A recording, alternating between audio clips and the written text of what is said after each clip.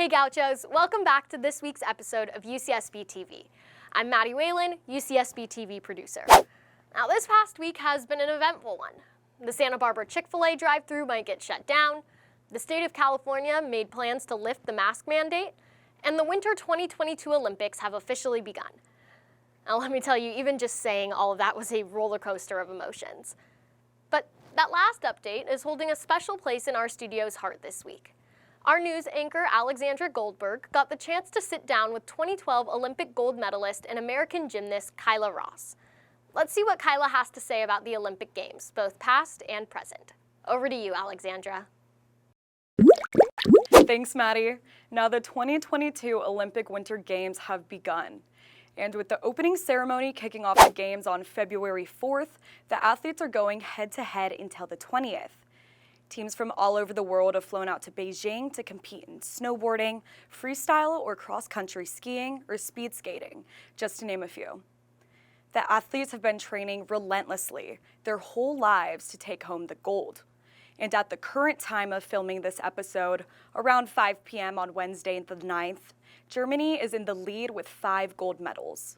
What you won't see broadcast on live television, however, is the amount of sweat, blood, and tears that went into training to, well, be the best.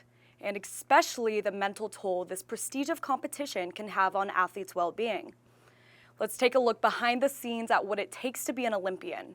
I'm talking to 2012 Olympic gold medalist and American gymnast, Kyla Ross. Thanks, Kyla. All right, so flashback to about 10 years ago. Your event is just about to start. The Fierce 5 teammates are cheering you on from just a couple feet away. What are your thoughts and emotions in this very moment? Yeah, so my first event was bars, and I think at that point, I was just like, okay, I've trained for this my whole life, and I've done everything that I needed to do in training, like leading up. And I remember just telling myself that all I have to do is go and do what I've been doing in training and just be confident in my abilities of what I've done to get to this moment. And like you said, like rely on my teammates. They were cheering me on, and just know that I was representing myself and my country. So to like have that on my shoulders, but then not to like think about that too much, but just use that to help guide my confidence to do my very best. And now reflecting back on the 2012 Olympic Games, training and moments leading up to the competition, how did you take care of your mental health?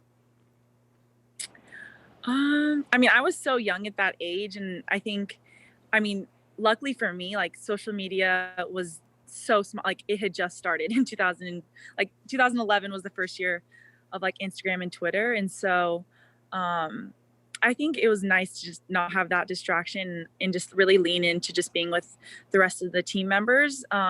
Luckily, the weather was really nice in London. So like when we would have off days between practices, we would try to get out and do sort of our like treatment and rehab exercises like outside as much as possible because it was so nice out. So I think getting outside, just trying to find other ways, like going on walks around the village, just trying to meet other athletes is, I think, doing stuff like that to kind of get our heads out of just like that competition mindset all the time and kind of find ways to relax. So that I think those are some ways that I kind of worked on my mental health. But like I said, I was so young at that age and luckily there was no social media too much.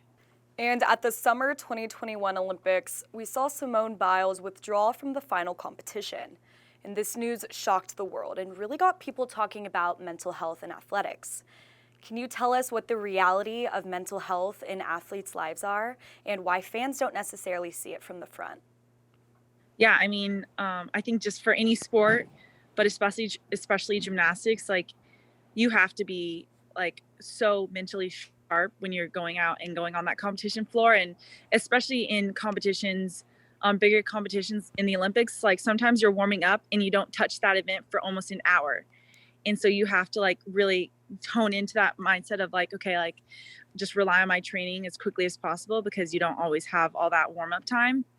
And I think in that situation, if your head is like fogged and you're not able to focus on what the task is at hand, I think it's super dangerous. Especially like the level of gymnastics Simone was doing. She been doing skills that only she could do. So it definitely was very dangerous to know that she wasn't in the right headspace to be able to do her gymnastics. So yeah, I mean, but for any sport, like I think, isn't it like I've been seeing stuff. Is it Olympic skater right now who's like struggling? And I think she's in the same scenario where it's like, yeah, it's so dangerous if you're not in the right mental headspace to be doing your sport out there.